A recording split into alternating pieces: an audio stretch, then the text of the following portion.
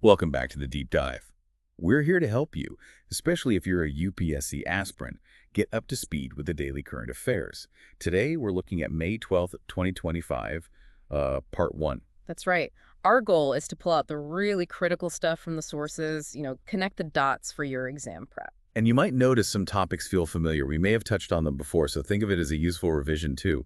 We've got a pretty packed agenda today, all relevant for your current affairs syllabus, especially for prelims. Exactly. We want to give you that clear, concise understanding of what matters. Okay, let's jump right in. First up, National Technology Day 2025. The theme's been announced by the Technology Development Board that's under DST. It's Yantra Yugantar for advancing new technology, research, and acceleration. Quite a theme. And this day, May 11th, it's a big one historically for India's tech journey, going back to 1998. It really is. What happened back then? Well, it was quite a day. You had the Pokhran-2 nuclear tests, Operation Shakti, which, established India as a nuclear weapons state. Right, a major strategic milestone. Definitely. But also, on the very same day, the first test flight of the indigenous Hansa 3 aircraft happened in Bengaluru. Ah, yes. And wasn't there a missile test too? Correct. The successful test firing of the Trishul missile, that's a DRDO-developed short-range surface-to-air missile. So quite a convergence of achievements. A real showcase of capability. And it was then PM Atal Bihari Vajpayee who declared the day back in '98.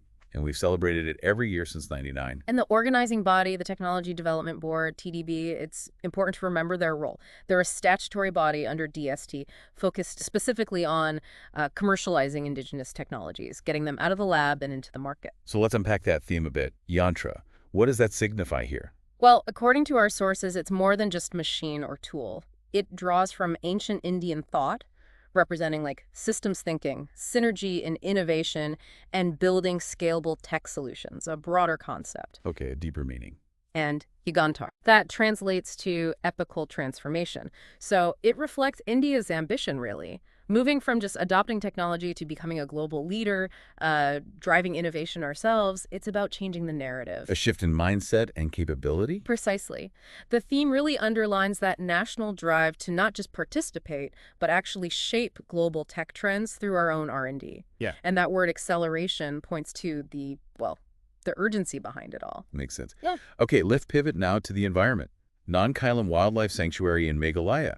There's some news about a proposed ecotourism project. Yes, a fairly large one, around 23.7 crore, but it's facing pushback from local groups and environmental activists. Right. So let's get some context. Where exactly is Nongkhyllem? It's in the Reboy district of Meghalaya, and crucially, it sits within the Eastern Himalayan global biodiversity hotspot. So biologically, it's incredibly rich and important. What's the landscape like? Quite varied, actually. You've got undulating plains, some low hills, bits of rugged terrain. It's shaped mainly by the Umtru River and its tributaries like the Umran, Umling, and Tasur. And the Umtru River forms a boundary? Yes, it forms the western boundary of the sanctuary. What about wildlife? What makes it special? It's a haven, particularly for birds, over 400 species recorded. This includes the endangered rufous-necked hornbill, which is a key species. No, 400 species. Any significant mammals? Oh, yes. Things like the clouded leopard, very elusive elephants, and the Himalayan black bear are known to inhabit the sanctuary. And the flora, the plant life. The forests are dominated by trees like sal, Sharia robusta, teak, Tectona grandis, holic, Terminalia myriocarpa, and gamhar, Gimelina arborea. Some commercially valuable species, highlighting the ecosystem's richness. And its legal status. It was established back in 1981 under the Wildlife Protection Act, 1972, and interestingly, the 2021 Management Effectiveness Evaluation Report rated it as the best managed protected area in Northeast India. So it has a strong conservation record, which probably adds weight to the concerns about the new project. Exactly. That context is vital when considering the potential impact of large-scale development, even if it's labeled ecotourism. Okay, from Earth's ecosystems, let's zoom out again, way out, to Magnetars. There's some really fascinating new research suggesting they might be cosmic gold factories. Huh. You could put it like that. Yes, the research indicates that flares from magnetars can actually produce heavy elements like gold through something called R-process nucleosynthesis. Which challenges the older idea that gold mostly came from neutron-star mergers, right? Right, precisely. It shifts the picture somewhat. Now, magnetars themselves are, they're a special kind of neutron star. Their defining feature is an incredibly powerful magnetic field thousands of times stronger than a typical neutron star's. And they have these intense bursts of energy, flares. Exactly. And this discovery is based on data from a giant flare observed back in 2004. NASA's Compton Gamma Ray Observatory picked up some unusual gamma rays almost a day after the main flare. A delayed signal. What was unusual about it? It didn't fit the typical afterglow pattern. Instead, the signal had the distinct characteristics of radioactive decay from neutron-rich isotopes. That's the smoking gun for the R process happening. Okay, remind us, what exactly is R process nucleosynthesis? Right. RO stands for rapid. It's a series of nuclear reactions where atomic nuclei capture neutrons very, very quickly. This happens in extreme environments with tons of neutrons available. It's how heavy elements like gold, platinum, uranium get built up from lighter ones. And this requires some serious energy and neutron density. Absolutely. Extreme conditions. Previously, neutron star mergers were thought to be the main location for this. And in this magnetar flare, they estimated how much material was involved. Yeah, the estimates are pretty staggering. Around 1.9 septillion kilograms of this R process material was ejected, traveling at near light speed.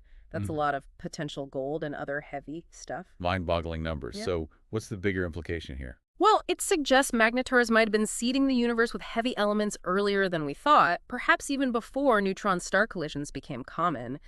This could really tweak our understanding of how galaxies evolved chemically over cosmic time. Fascinating stuff. Okay, let's bring it back down to Earth, right down to the cellular level.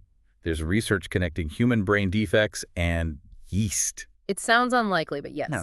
Researchers from Emory University and UT Health Science Center found that certain mutations causing human brain development issues have similar effects in simple budding yeast, Saccharomyces cerevisiae. How is that possible? What's the link? The link is a cellular machine called the RNA exosome. It's fundamental. The RNA exosome. What does it do? It's like the cell's quality control and recycling center for RNA. It processes RNA, surveys it for errors, and degrades faulty or unnecessary molecules. Crucial for cellular health. So mutations affecting this complex in humans also cause problems in yeast. That's what the study shows. It highlights how conserved these basic cellular processes are across different life forms. And it means yeast could be a really valuable model organism for studying these human neurological disorders. Easier to work with than the human brains, I imagine. Definitely. Much simpler, faster, cheaper to grow and manipulate genetically in the lab. What are these disorders called? RNA exosomopathies? Yes, that's the term. They're caused by mutations in the genes coding for parts of the RNA exosome. They primarily lead to problems in brain development, especially the pons and cerebellum. Any specific examples? Pontocerebellar hypoplasia type 1, or PCH1, is a key example. It causes severe motor, cognitive, and developmental problems. And the RNA exosome itself, you said it was discovered in yeast. That's right, back in 1997. It does a lot of matures ribosomal RNA needed for making proteins, gets rid of faulty messenger RNA, regulates other non-coding RNAs. It's a busy machine. So how did the researchers prove this connection? What did the studies involve? They did a couple of key things. First, in a study published in RNA, they put the human disease mutations into the equivalent yeast genes. They saw defects in RNA, quality control, ribosome making, protein synthesis, basically. Things went wrong in the yeast cell in ways that mirrored the human disease at a molecular level. And each mutation had a slightly different effect. Yes, a distinct molecular signature, which might explain why patients can have different symptoms, even if the underlying issue is the RNA exosome. Okay, and the second study? That one in the journal G3 was even more direct.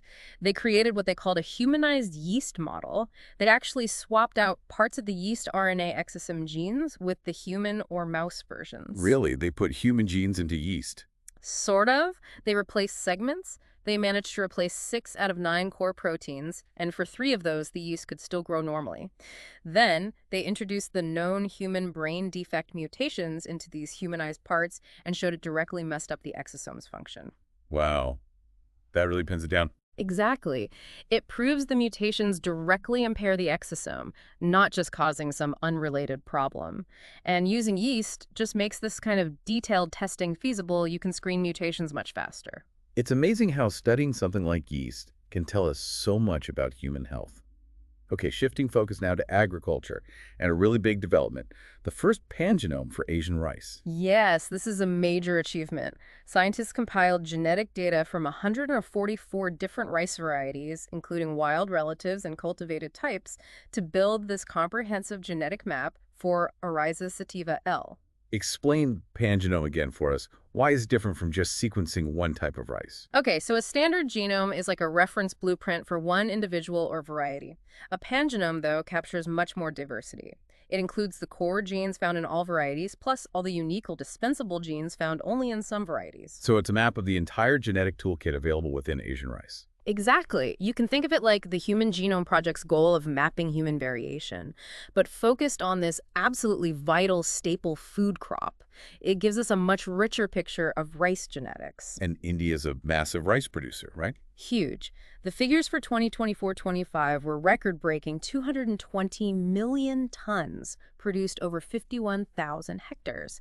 That's an average yield of 4.2 tons per hectare. So, improving rice is critical for India's food security. How does this pangenome help with that? It gives plant breeders a much more powerful resource. By understanding the full range of genetic diversity, especially genes from wild relatives, they can develop new cultivars much more effectively.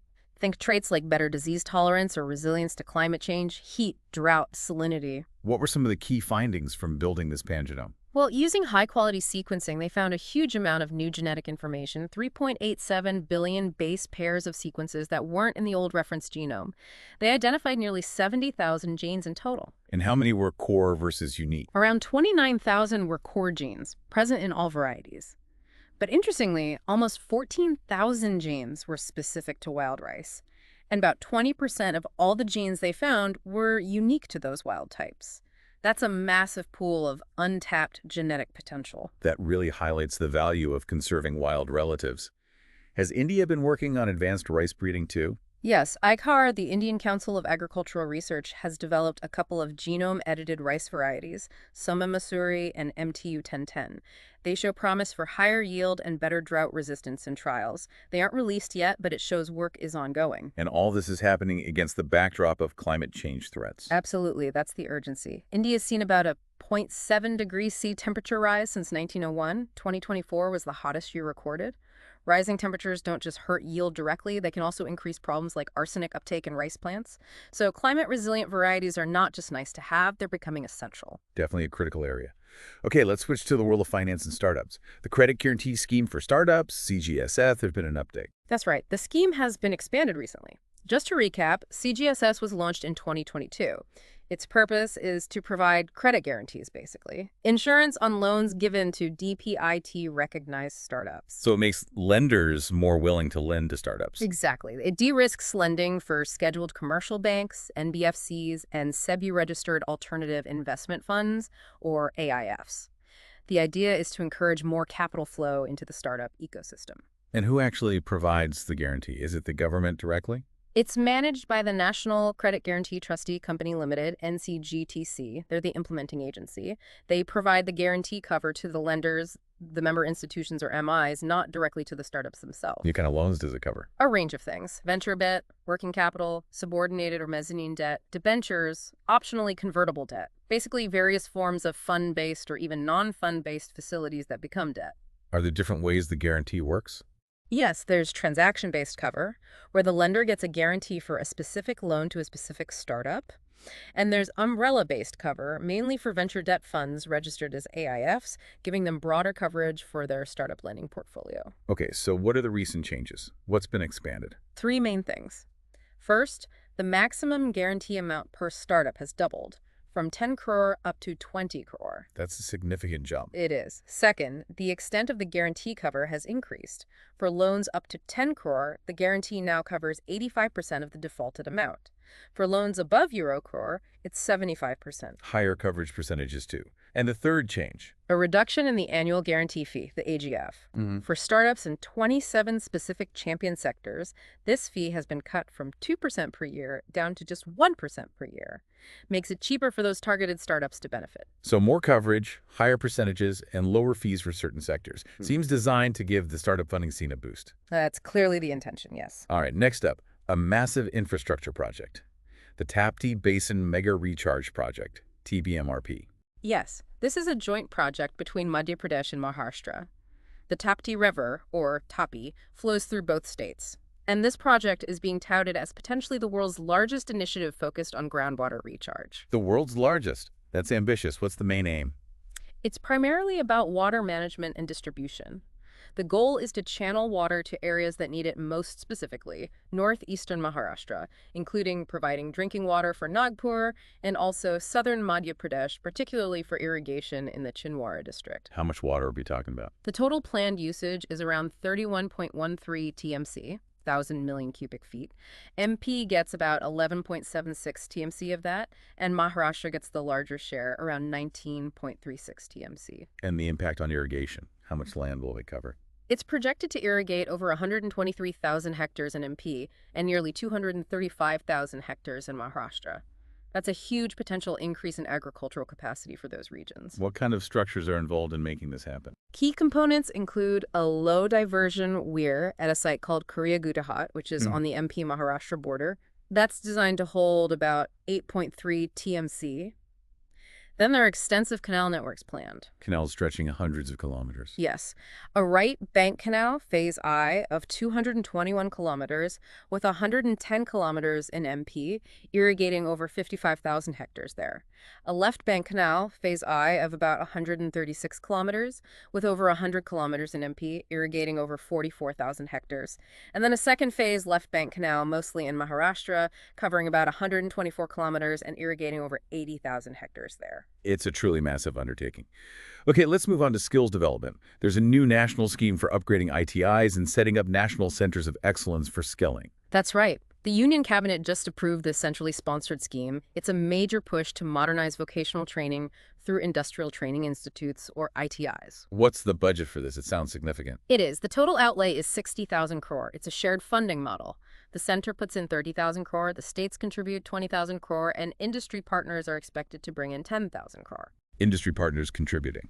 That's interesting. Yes, and notably, half of the central share is actually being co-financed equally by the Asian Development Bank and the World Bank, so international backing too. What's the scheme actually aiming to do? Two main things. First, upgrade 1,000 existing government ITIs using a hub-and-spoke model. They'll get industry-aligned courses and better facilities. Second, it will boost the capacity of 5 national skill training institutes and STIs, and within these, establish 5 new national centers of excellence, or NCOEs, for skilling. So making ITIs more modern and relevant. Exactly. The vision is to turn them into aspirational skill institutes, still government-owned, but managed closely with industry input alongside the states. The target is to skill about 20 lakh youth over 5 years in courses that industries actually need.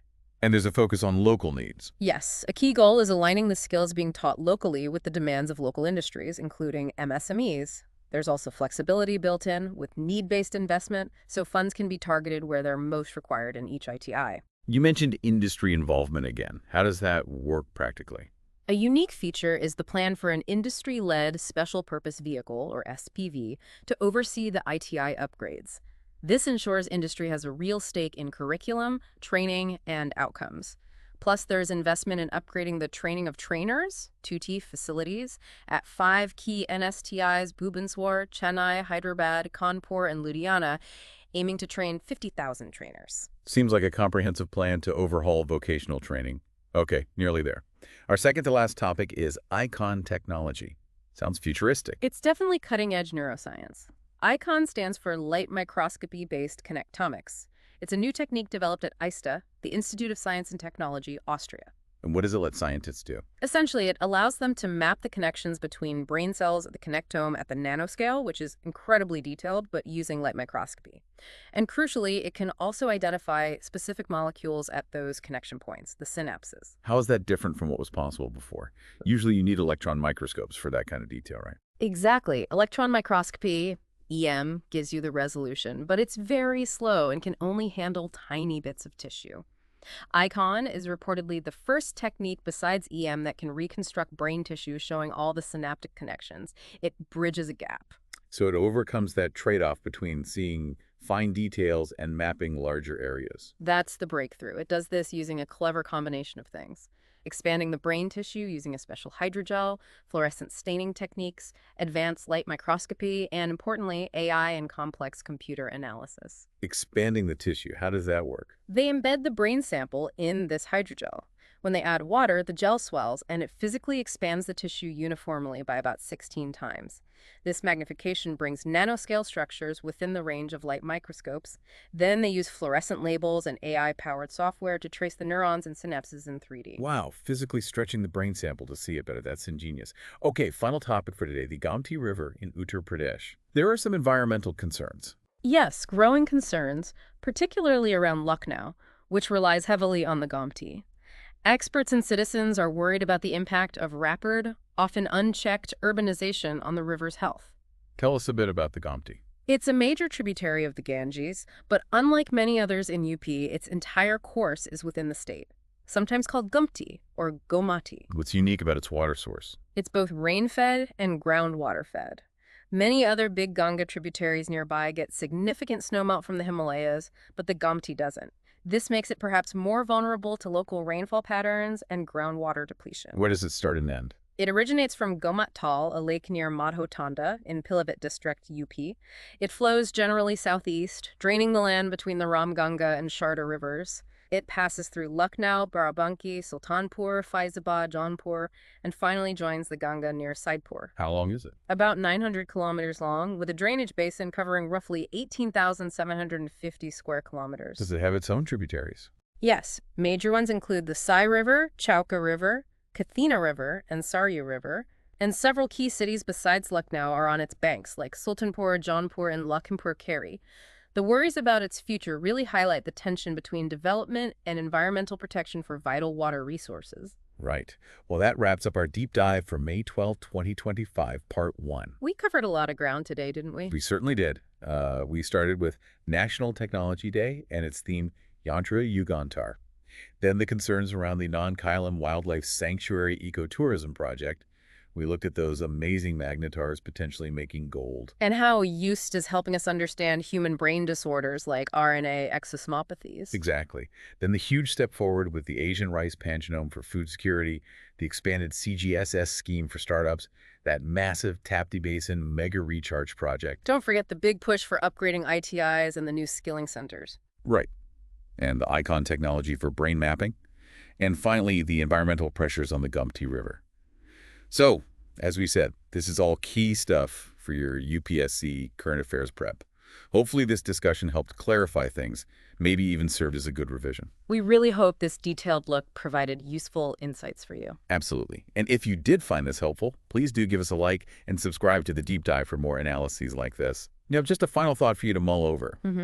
Given all the tech advancements we talked about, from Yantra to ICON and the environmental challenges like with the Gomti or Nongkhyllem, how do you see that interplay between technological progress and environmental conservation shaping India's future? Especially thinking about the Sustainable Development Goals relevant to your syllabus. It's a critical balance, isn't it? Yeah, Something to keep thinking about.